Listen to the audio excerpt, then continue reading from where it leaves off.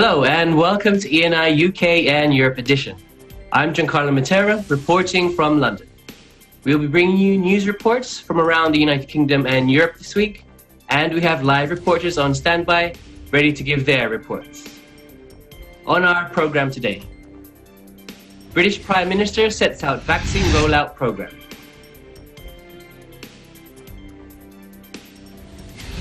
UK Prime Minister condemns Trump for fermenting unrest and doubting election results. German company Bayer and CureVac join forces for COVID-19 vaccine. And for our live reporters, we are joined first of all by Love-Anne Season. Thank you for joining us, Love-Anne. What report do you have for us this week? So I will be reporting on how art installations are showcased in a form of augmented reality at London's biggest public festival of AR art. Thank you, Love-Anne. Next of our live reporters is Ashley Espiritu. Good to have you with us, Ashley. Thank you for having me, Giancarlo. Today I will be reporting on the UK music festivals urging the government to take action to save their summer events for this new year. Thank you, Ashley. We look forward to that report later. Then from our EBC Germany Bureau, we have joining us Jessica Kalau. Hello, Jessica. Hello, Giancarlo. Thanks for having me. Today I will be reporting about the nationwide lockdown in Germany, which started on December 16. Thank you so much for that report. Also, we have reports from EBC Switzerland, brought to us by Fideline Baisa on winter fun in the Château. And also from EBC Switzerland, we have a cooking report on German-style butter cookies, brought to us by Robin Ordinario. And we will end today's show, as always, with our view from a window. This week, it's coming from Iceland's spectacular waterfalls. So stay tuned to watch that.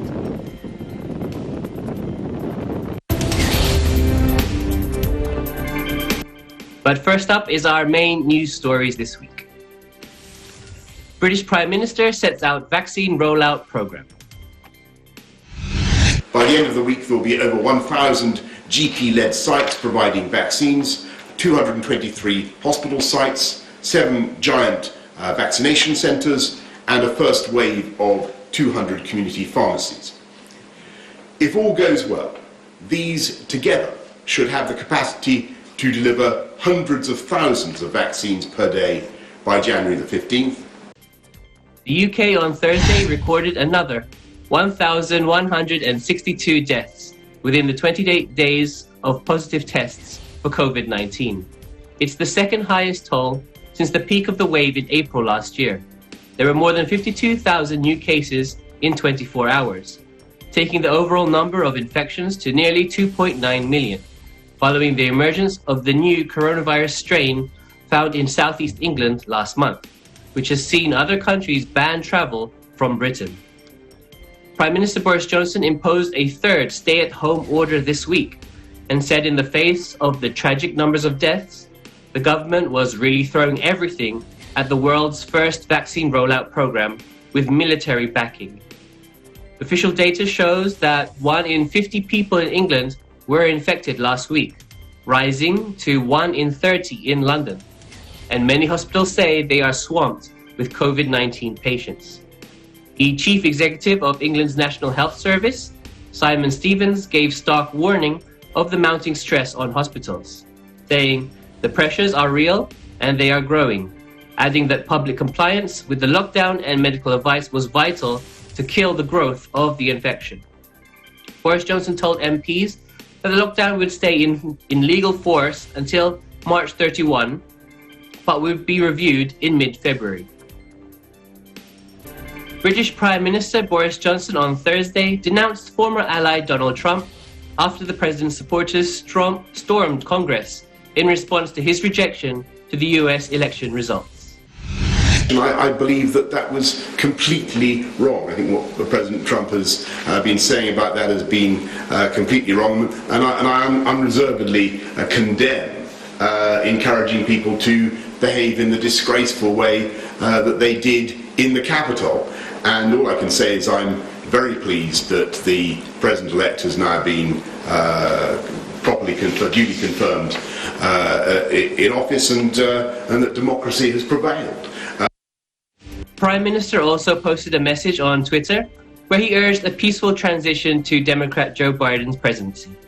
Johnson was the first European leader to speak to Biden after his November election victory. Despite Biden's claim, the populist Prime Minister was a physical and emotional clone of Donald Trump.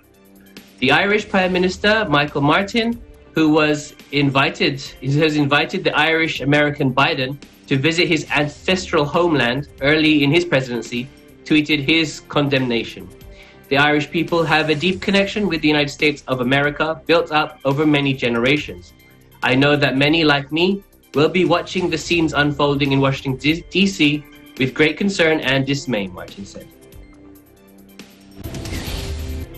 Now, German pharmaceutical companies, Bayer and CureVac, have announced that they will be working together in the development and supply of CureVac COVID-19 vaccine candidate.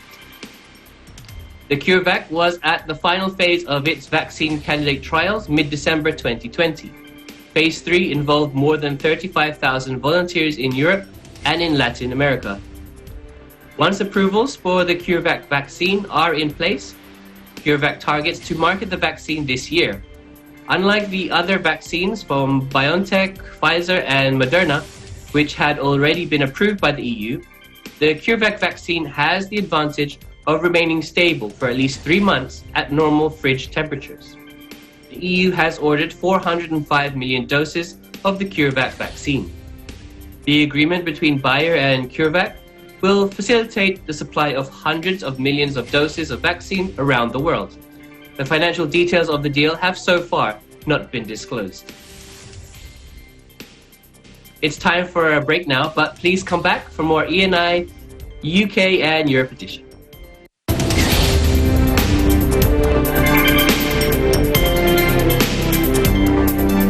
Hey there, Arnie Aquino here at Hatley Castle, one of the filming locations for the X-Men series. Don't forget to tune in to Digital Nest only on Net25.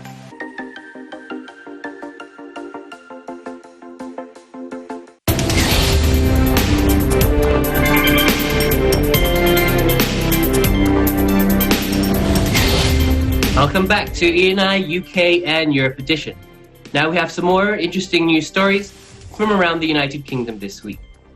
Joining us first is Love Anne Season with news on that art exhibition that is stirring curiosity. Hello, Love Anne.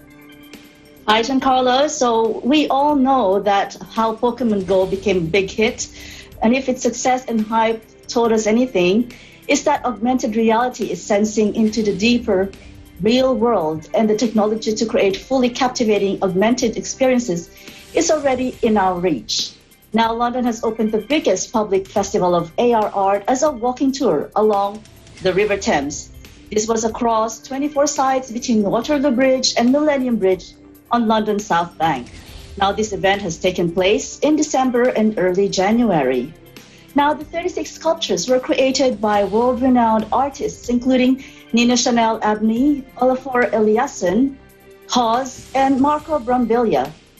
Now, the artworks can only be seen in augmented reality. So, Giancarlo, download our Acute Art app with a phone or tablet, then scan a QR code, which are plastered to many red lifebuoys located along the Thames. You will then see giant, colorful digital sculptures come to life on the screen, and some of them are even floating over the river.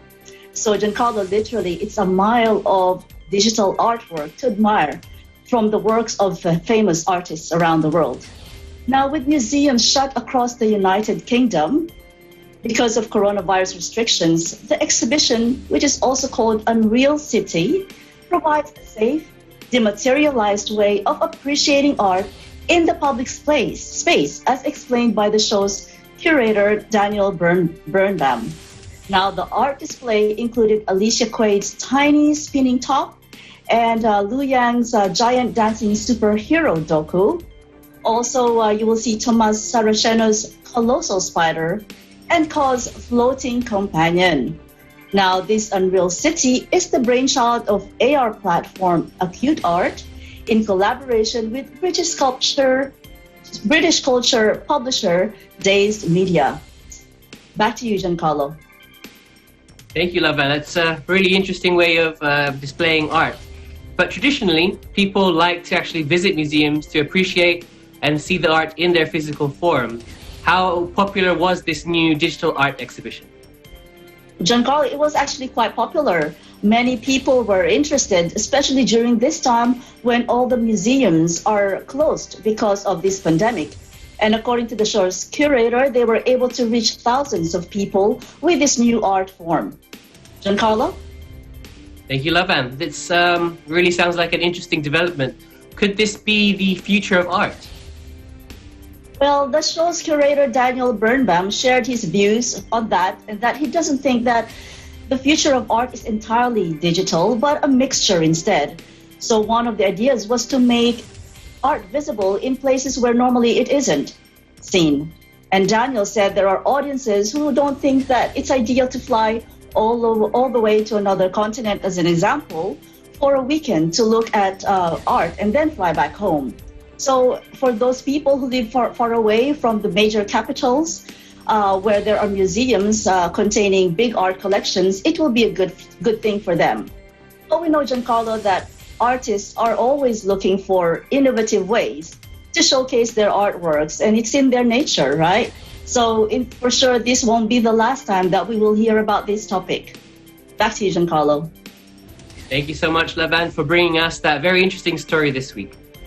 Thank you, Giancarlo, reporting from London, United Kingdom. I'm Love Ann Season, and we live in interesting times. Okay, for our next story, we know that the pandemic has strongly affected the events industry in the United Kingdom. Here with us is Ashley Espiritu on the update on how UK music festivals are going. Hello, Ashley. Hello, Giancarlo, thank you. Organisers of British music festivals on Tuesday said the coronavirus pandemic had devastated the industry and warned that events could disappear for good without more government support. Giving evidence to a UK parliamentary committee, organisers and representatives of the multi-billion-pound summer festival industry said a government-backed insurance scheme was crucial to events going ahead in 2021. They also encouraged ministers to set a clear decision-making timetable to give festivals enough time to prepare for this year's events. If we get as far as in early April and we still don't know the crowds can gather at festivals, however large or small, then we're in a catastrophic situation, Steve Hepp of the Association of Festival Organisers told lawmakers. He added that a recent survey of members showed nearly half needed to know if 2021 events could go ahead in the first 3 months of the year. Sacha Lord, co-founder of the annual Parklife Festival in Manchester, Northwest England, said organisers as well as freelancers and contractors involved in supply chains could all be wiped out without this year's events. If we don't take place in 2021, I think that the vast majority could disappear, he added. Britain, one of the countries worst affected by the global health crisis with over 75,000 deaths, has seen its £5.8 billion music industry hit hard by the pandemic. A series of nationwide lockdowns, the most recent of which was announced on Monday evening, and months of other restrictions to curb the close contact spread of the virus have shuttered music venues. In July, the music sector was given a lifeline of £250 million from the government's £1.6 billion Cultural Recovery Fund to help keep the arts afloat during the outbreak. But every year, thousands of Britons and tourists flock to the country's summer music festivals, which take months of planning and now dissipate increasingly endangered. An umbrella organisation for the music industry echoed organisers' concerns in a report released Tuesday, noting some events were in an existential crisis due to COVID-19. There is a real threat that the vast majority of the 2021 season will not happen either, the organisation said, noting that they were pillars of our cultural-rich live music scene and showcase an incredible variety of musical genres. Back to you, Giancarlo. Thank you, Ashley, for highlighting to us how much the music industry has been affected by this pandemic. Could you tell us what is one of the UK's most popular festivals that was put on hold because of this pandemic? Well, Giancarlo, there's the country's famous Glastonbury Music Festival, for instance. Last year, they were set to open on June 4th, 2020, but soon cancelled on March the 17th, followed by the UK's first lockdown. And now it looks like they'll have to do the same for this year. It generates over £100 million for the economy of the southwest of England, UK Music said, with a rough total of around 200,000 people coming and travelling all the way for the Glastonbury Festival. Music festivals as a whole employ 85,000 people directly each year. UK Music joined the cause for an approximate date for when venues might be able to reopen and for the creation of a government-backed reinsurance scheme for the sector. UK Music noted that similar schemes have been launched in Germany and Austria. Insurance is the most critical factor that will enable us to plan festivals, Paul Reed, Chief Executive of the Association of Independent Festivals, added at the Department for Digital, Cultural Media and Sport hearing. It is the key to unlocking everything else, he said. Giancarlo? Thank you, Ashley. As we all know, the pandemic has brought a lot of changes to our lifestyle and has cancelled many of our plans for the future. Do you know of any other events that are now on hold or have been cancelled this year? Yes, definitely, Giancarlo. Any event that will include an enormous amount of people will, of course, have to be put on hold or cancelled. Many concerts were cancelled. The artists postponed their tour dates to this year, 2021, and seeing that we are still in this global situation, we'll have no choice but to, again, cancel their performance or move online, which a lot of the artists have been doing. Some other events are film festivals, premieres for new movies, theatre productions, and sports events. It's truly a hard time for Britain right now, and being one of the hardest hit countries, being on stricter lockdown, unable to see their friends and family, and socializing in amazing events like these. Now that we have been cancelled for the second time, it's best to stay at home and follow the government guidelines so that we can fight this pandemic. Back to you, Giancarlo. Thank you so much, Ashley, for updating us on the state of the arts and the music in the United Kingdom. We hope to see you again next week. Thank you for having me again, Giancarlo. I'm Ashley Spiritu, EBC London correspondent, and we live in interesting times. Okay, it's time for another break now, but please come back for some more E&I UK and Europe edition.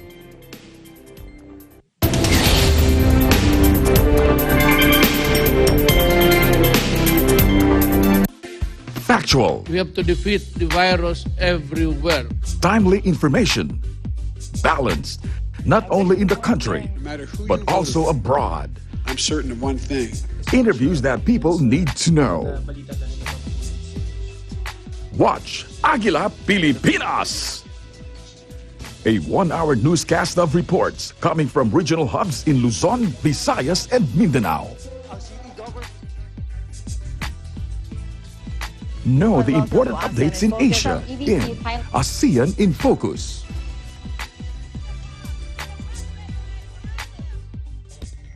Track the latest stories in the provinces in Aguila Provincia.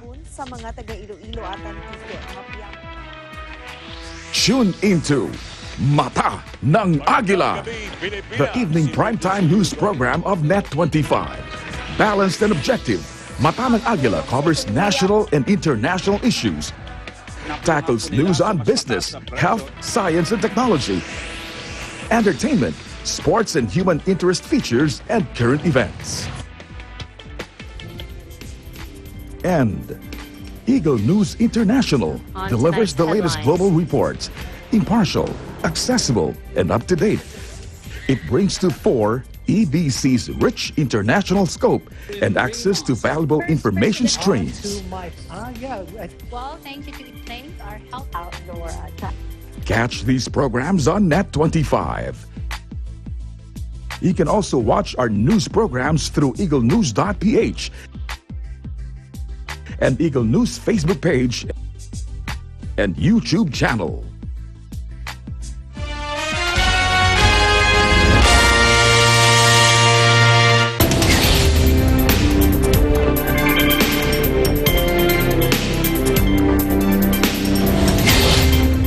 Welcome back to ENI UK and Europe Edition. Now we have some more interesting stories from around Europe this week. First off, we go to our EBC Germany Bureau and has news that Germany has extended its nationwide lockdown. We have Jessica Kalau to give us more details. Hello, Jessica. Hello, Giancarlo. Thank you for having me. The nationwide lockdown in Germany started on December 16, 2020. It was set to end this Sunday, January 10th. But according to a conference held earlier this week with German Chancellor Angela Merkel and the 16 state leaders, it was decided to extend the lockdown until January 31st. All existing regulations will continue to be in effect. This means that all non-essential stores, restaurants, even schools and daycare centers will still be closed until the end of the month. Moreover, a tighter movement restriction is already in discussion. Regions marked as a coronavirus hotspot will have a 15-kilometer radius travel restriction. This means that residents of a hotspot region are prohibited to travel anywhere beyond 15 kilometers from their place of residence. This excludes going to work, to the doctors, or going out for groceries. Back to you, Giancarlo. Thank you, Jessica. What is the main reason for this prolonged and tighter measures there in Germany? Well, according to the Robert Koch Institute, earlier this week the new infection rate stood at 11,897 and 944 more deaths were reported to authorities in 24 hours. So far, it is one of the highest daily death tolls yet in Germany, which had a relatively low COVID-19 mortality rate during the first phase of the pandemic. It was also revealed by the government spokesman, Steffen Seibert, that hospitals in many places are working close to capacity already.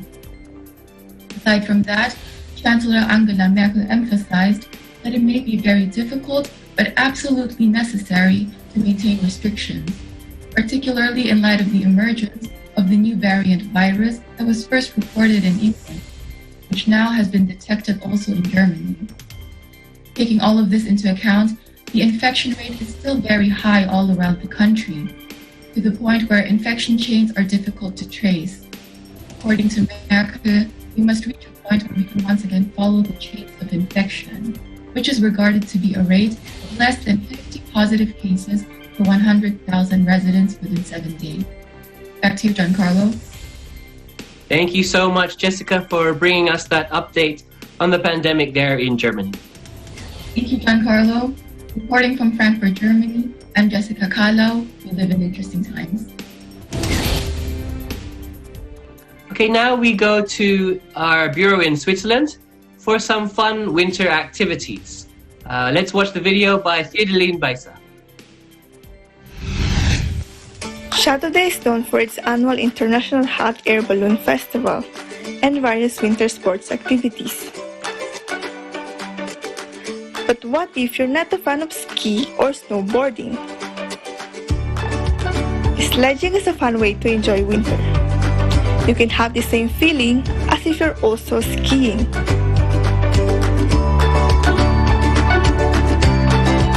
Sledging is also a fun activity for the family. You can ride the sledge with your children or just sledge alone. Here in Château-d'Oex, there are also other activities that you can surely enjoy, especially for children.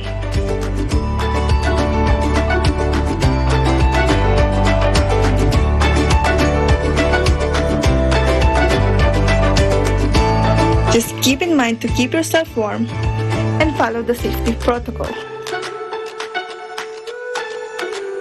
I'm Château-d'Oex Baisa, EBC correspondent from Switzerland, and we live in interesting times. Thank you so much to EBC Switzerland for showing us that fun trip in the snow. We stay in Switzerland now, where we have a little chef to show us how to make delicious German butter cookies. Let's take a look at Robin's report. Hi, my name is Robin. Today we're going to make German-style butter cookies. It's so easy, even kids can do it. First we need 270 grams of flour. Then we need some sugar. Vanilla sugar. A teaspoon of baking powder. A pinch of salt. Now we're gonna mix it all together.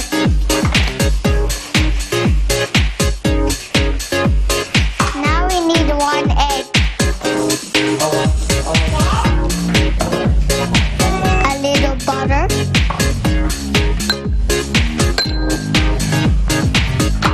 So now we have to massage it to a dough. But make sure to wash your hands.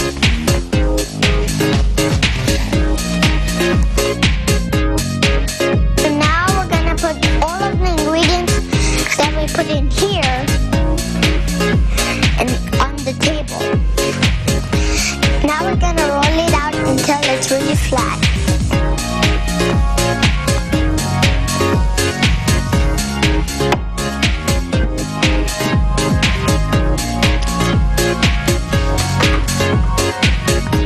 It's good. Now we're gonna cut out the dough with cookie cutters. I choose heart.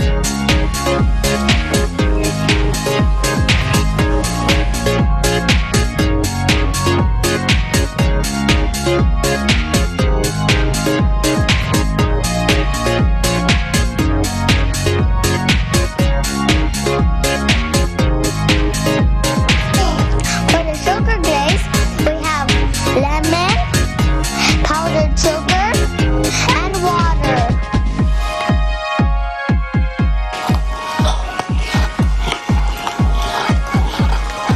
So this is the decorating part.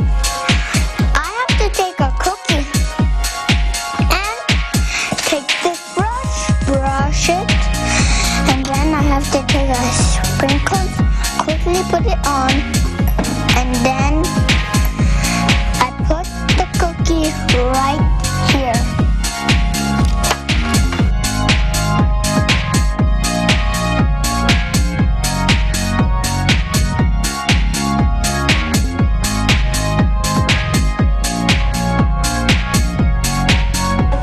I'm Robin, and we live in interesting times.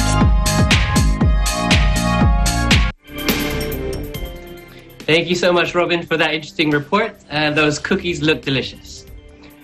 We end today's show once again with our view from our window. And this week we are traveling to Iceland. Iceland is home to many waterfalls that gives you views that will leave you speechless. This one is in the north. Its beautiful and powerful torrent falls from a 12-meter high over a 30-meter width. This video and pictures is courtesy of Carl Tomiko from our EBC Switzerland Bureau. Thank you so much for this view.